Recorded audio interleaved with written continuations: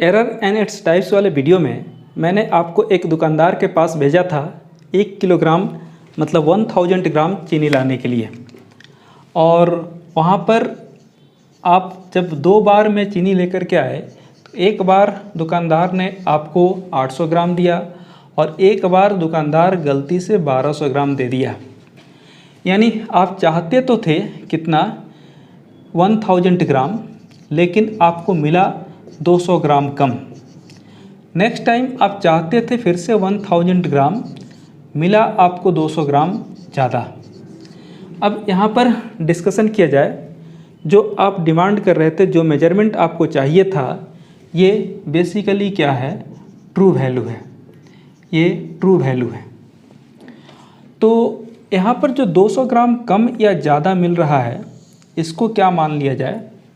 इसको फ़िलहाल आप मान लीजिए जो दुकानदार बार बार गलती करता है उसका एवरेज, यानी mean absolute error. Mean absolute error.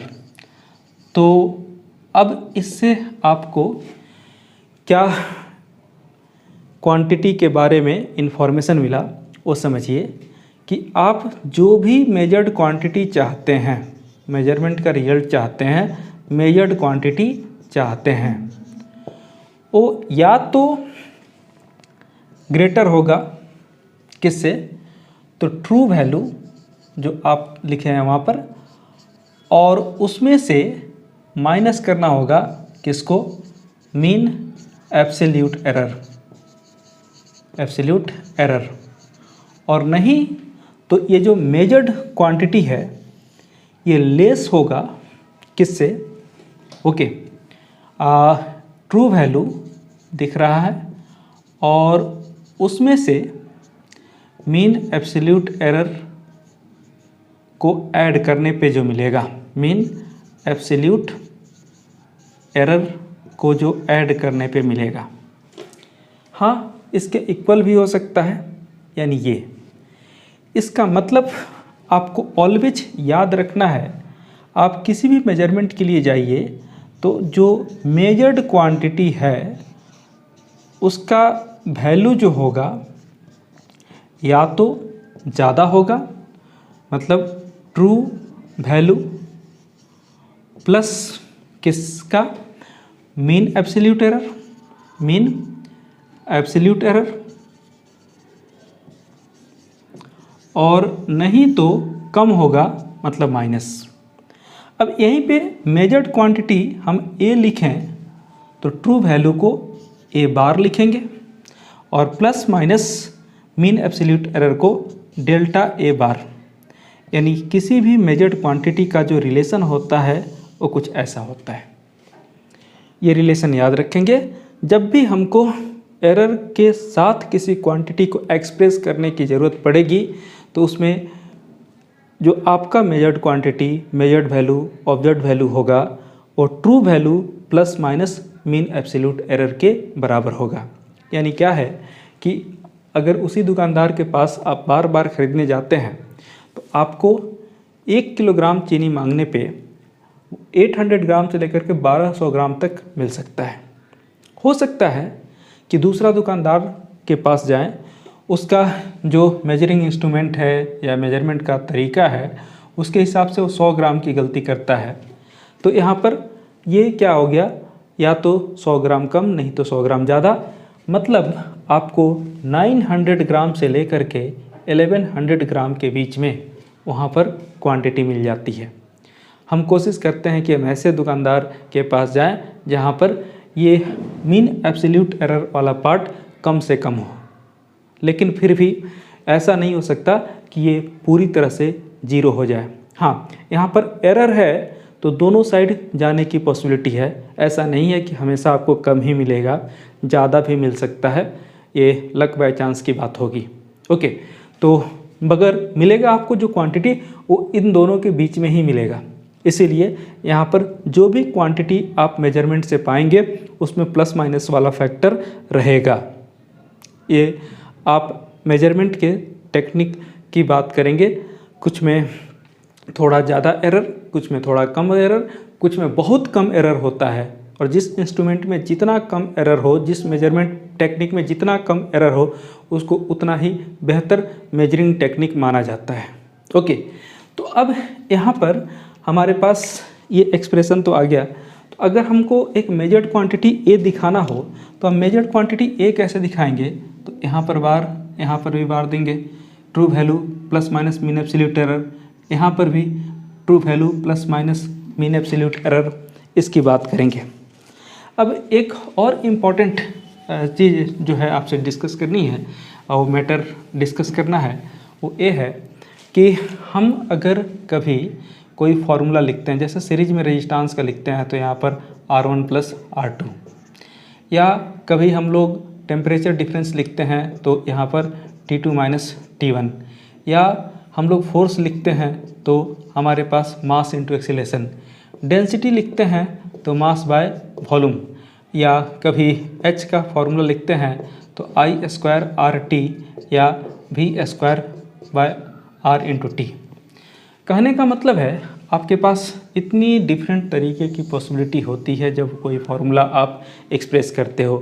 सम भी होगा, डिफरेंस भी होगा, प्रोडक्ट भी होगा, डिवीजन भी होगा, स्क्वायर होगा, मल्टीप्लिकेशन स्क्वायर होगा, डिवीजन होगा, तो इतनी डिफरेंट पॉसिबिलिटी है। अब अगर हम पहले क्वांटिटी मतलब R1 को मेजर करते हैं तो R1 में भी कुछ ना कुछ प्लस माइनस की बात आएगी। R2 मेजर करते हैं किसी भी टेक्निक से तो वहाँ भी कुछ ना कुछ एरर लिमिट रहेगा। तो वैसे केस में हम जो RS मेजर करेंगे वो फुल्ली करेक्ट हो, इसकी गारंटी तो नहीं है। एरर उसमें भी प्रोपगेट होगा, उसमें भी इन्वॉल्व होगा, उसमें भी इनकलकेट होगा। तो अब हम इस एरर को कैसे डील करें जब किसी भी फॉर्मूले में सम हो, डिफरेंस हो, मल्टीप्लिकेशन हो, डिवीजन हो, पावर हो, एट्सेट्रा। इसी चीज़ को हम लोग क्या बोलते हैं? प्रोपगेशन या कम्बिनेशन ऑफ एरर। तो सबसे पहले हम लोग एक काम करते हैं, आज हम लोग एक एडिशन और सब्ट्रैक्शन वाला पार्ट का देख लेते हैं कि एरर क्या होगा। ओके, तो हम एज्यूम कर रहे हैं कि जेड जो है वो रिजल्टेंट क्वांटिटी है, रिजल्टेंट वैल्यू है दो क्वांटिटी ए और बी के सम का। तो let z is sum of, है ना, two measured quantity A and B, मतलब हमको यहाँ प्लस लिखना पड़ेगा। अच्छा, एक और इम्पॉर्टेंट बात यहाँ पर ये है कि आप अगर ए बार लिख रहे हैं, बी बार लिख रहे हैं, ये ट्रू वैल्यू है, ये मीन एब्सोल्यूट एरर है, इसमें कोई डाउट नहीं, इसमें कोई शक नहीं, सब सही है। लेकिन हम बार बार अगर इस पे बार दे रहे हैं और कहीं एक आध जगह छूट गया तो मीनिंग डिफरेंट हो जाएगा। हम इसमें एनसीईआरटी का ही टेक्निक अप्लाई करेंगे। देखिए, एनसीईआरटी पूरे बुक में वेक्टर साइन कहीं नहीं देता। अगर ए लिख रहा है तो ए पे वेक्टर नहीं देता, बी पे वेक्टर नहीं देता। तो उसकी वेक्टर लिखने की पहचान क्या है? वो ए को बोल्ड कर देता है, बी को थोड़ा बोल्ड कर देता है। तो उसी तरह से और सभी को ये इनडायरेक्ट इन्फॉर्मेशन होता है कि ऐसा लेटर जब भी मिले तब ये मान लें कि ये क्या है, तो वेक्टर है। तो यहाँ पर आप अगर देखेंगे तो हम यहाँ से बार हटा देते हैं, यहाँ पर मान लेंगे कि इसमें वेक्टर का इन्वॉल्वमेंट है, वेक्टर है। अभी अगर हम z is equal to plus minus z is equal to A plus B लिखे हैं और a मेजरमेंट से आया, b मेजरमेंट से आया, तो ऑब्वियस है कि हम यहाँ पर लिख पाएंगे a के जगह पर a plus minus delta a और plus b plus minus delta b। याद रखेंगे, बार इसके ऊपर एज्यूम किया हुआ है। तो अगर a में एरर है, b में एरर है और z उसका रिजल्ट है, तो z में भी एरर होगा, तो ये z plus minus delta z होगा। यहाँ से अरेंज करके अगर लिखें हम लोग, तो अरेंज करके लिखने के बाद से हमारे पास क्या आ जाएगा? a प्लस बी और plus minus delta a plus minus delta b। यहाँ से ये z plus minus delta a plus minus delta b और ये z plus minus delta z। यहाँ से z और z कैंसिल हो गया, तो आपके पास देखिए delta z is equal to आया plus minus delta a plus minus delta A plus minus delta B. और यहाँ पर अगर हम लिखें ऑल पॉसिबल, ठीक है, कॉपी करते जाइएगा, वैल्यू ऑफ किसका, डेल्टा जेड आर। तो देखिए पहले दोनों ही पॉजिटिव, मतलब delta A plus delta B, फिर एक पॉजिटिव दूसरा नेगेटिव, पहला नेगेटिव दूसरा पॉजिटिव, और एक बार दोनों ही नेगेटिव। ओके, तो ये पॉसिबिलिटी हमारे पास बन सकती है, ऐसी पॉसिबिलिटी हमारे पास आ सकती है। चलिए ठीक है। अब इन पॉसिबिलिटीज़ में किसको इंक्लूड किया जाए और किसको छोड़ दिया जाए, इसकी बात करनी है। तो एरर में हम लोग एक टर्म यूज करते हैं, मैक्सिमम परमिसिबल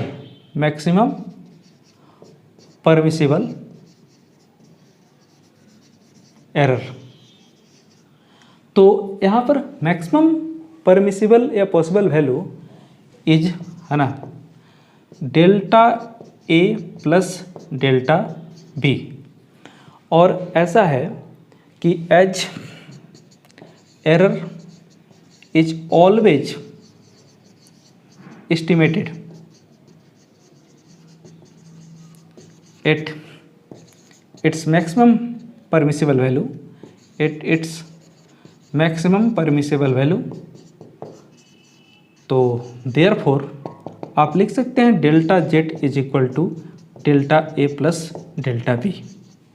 एक रिलेशन आपके पास आ गया। अब आप पूछ सकते हो कि एरर में मैक्सिमम परमिसिबल एरर ही क्यों हम लोग लेके चलते हैं। कोई भी फैक्टर छूट न जाए, एरर के जितने भी चांसेस हैं सबको हमको इंक्लूड करके चलना पड़ता है। फिजिकल कंडीशन से लेकर के इंस्ट्रूमेंटल लिमिटेशंस, पर्सनल लिमिटेशंस, सब कुछ उसमें इंक्लूड होता है। एक इसके लिए मैं अक्सर स्टोरी बताता हूँ। जैसे आप एग्ज़ाम दे करके आते हो अपने पेपर्स, किसी का मान लो 100 नंबर का पेपर है, तो उसमें आप मार्क्स खुद कैलकुलेट करते हो कि हमको कितना मैक्सिमम आ सकता है।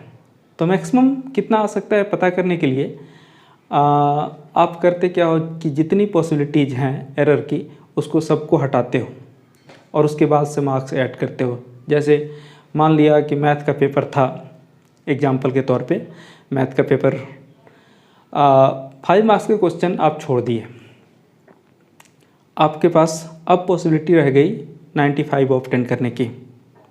लेकिन एग्ज़ाम में सिली मिस्टेक सबसे होता है, आपसे भी हुआ होगा, 5 नंबर और चले गए, बच गया 90।